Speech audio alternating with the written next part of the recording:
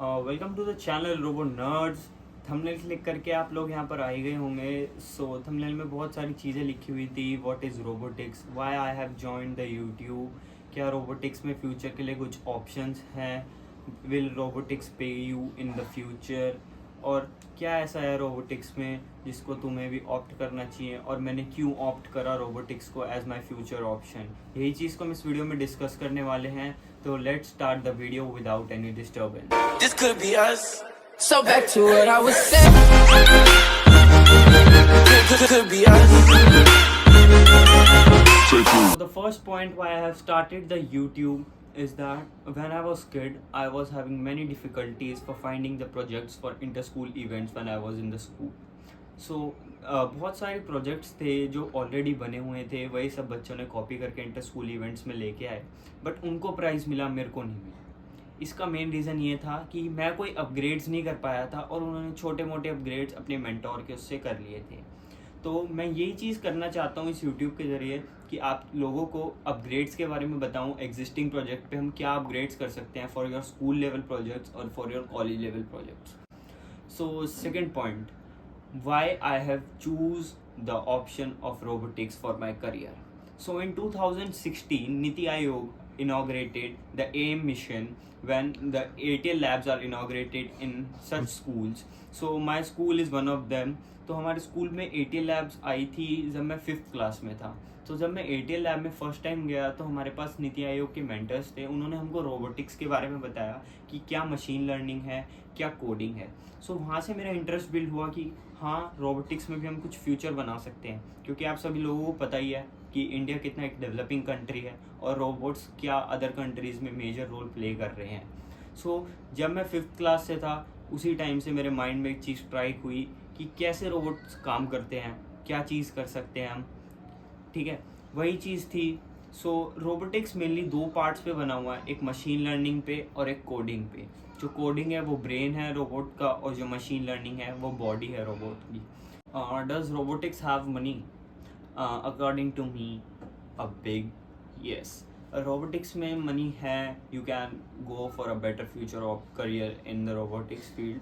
As you can see that Japan is a very developing country right now. बहुत Japan ने तरक्की कर ली है, बहुत सच मस्त अच्छे रोबोट्स बनाए हुए हैं उन्होंने, ह्यूमनॉइड्स बनाए हुए हैं। रोबोट्स जस्ट क्या कर रहे हैं, मैन वर्क को रिप्लेस कर रहे हैं ताकि जो ह्यूमंस हैं उनको ज़्यादा वर्क ना करना पड़े। Just for India we can say that हम भी वो चीज़ कर सकते हैं, एज लाइक कम्पीट कर सकते हैं जापान को। अगर आप एरोनॉटिकल इंजीनियरिंग करते हैं तो आप इसरो वगैरह में जा सकते हैं for the creation of spaceships, मतलब स्पेस रोबोट्स बनाने के लिए। और बहुत सारे ऑप्शंस है आपको रोबोटिक्स में, कि ऐसा कुछ नहीं है कि रोबोटिक्स में कुछ भी नहीं है। बहुत चीज़ें हैं रोबोटिक्स में।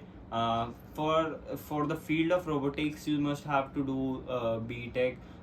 Nowadays there are BTech in AI and ML.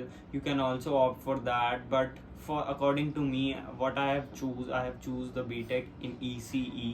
That's because you can also study about electronics and the communication between the robots in the deep core. You can also opt for electronics in electrical engineering in future if you are not having a good score in your 12th or in JEE mains. You can opt for electrical also. According to me, what I have chosen I have already told you. Move on to the next question. क्या robotics में एक future career बना सकते हैं? Yes, of course, robotics में एक future career हम बना सकते हैं।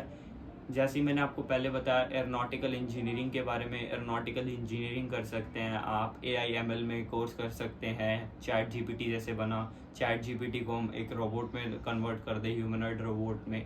कैसे एक ChatGPT को हम ह्यूमनॉइड बनाएंगे कि हम एक ह्यूमन से इंटरेक्ट कर रहे हैं, कुछ क्वेश्चन पूछ रहे हैं, जैसे रैंडम क्वेश्चन हो गया, गूगल क्या टाइम हो रहा है। हम वो गूगल को देखने के लिए हम फ़ोन तो हर टाइम नहीं निकाल सकते, तो जस्ट हम उस ह्यूमनॉइड से पूछ सकते हैं कि हमारा रूट क्या है, रूट बता दो। बहुत सारी चीज़ें हम रोबोटिक्स में कर सकते हैं। और वैसे ही आपको पता है इंडिया बहुत सारी अपग्रेड्स करना चाह रहा है, बहुत तरक्की करना चाह रहा है। उसके लिए हम रोबोटिक्स में एक बेटर करियर बना सकते हैं।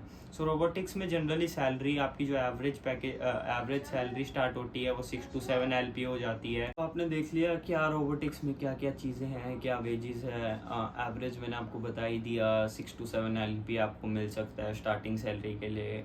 और हाईएस्ट आपको पता ही है, हाईएस्ट की कोई लिमिट नहीं होती, हाईएस्ट आपकी स्किल्स पे डिपेंड करता है। अगर आपके पास स्किल्स है तो आप हाईएस्ट 1 करोड़ भी जा सकते हो।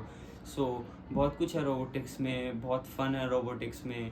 आजकल रोबो वॉर्स बहुत ज़्यादा हो रही है, जिसमें मैंने बहुत ज़्यादा कम्पीट किया लास्ट 2-3 ईयर्स में, और बहुत अचीवमेंट्स भी लिए हैं रोबो वॉर में। एक रोबो वॉर जो है बहुत बढ़ता हुआ करियर ऑप्शन मिल रहा है, मतलब यूएसए वाली कंट्रीज़ में रोबो वॉर बहुत चलता है। मतलब उसमें हैवी प्राइस पूल्स होते हैं, तो रोबो वॉर को भी आप एक ऑप्शन लेके चल सकते हो। जैसे अपनी एक टीम बना ली रोबो वॉर के लिए और आप compete कर रहे हो between 2 robots and you are winning such a big cash prize। So there also you can build your career option। सो ये था फर्स्ट वीडियो के लिए, जस्ट कि क्या अपना इंट्रोडक्शन था और थोड़ा बहुत रोबोटिक्स के बारे में था। सो अगली वीडियो में देखते हैं, कुछ बढ़िया सा लेके आएंगे आप लोगों के लिए।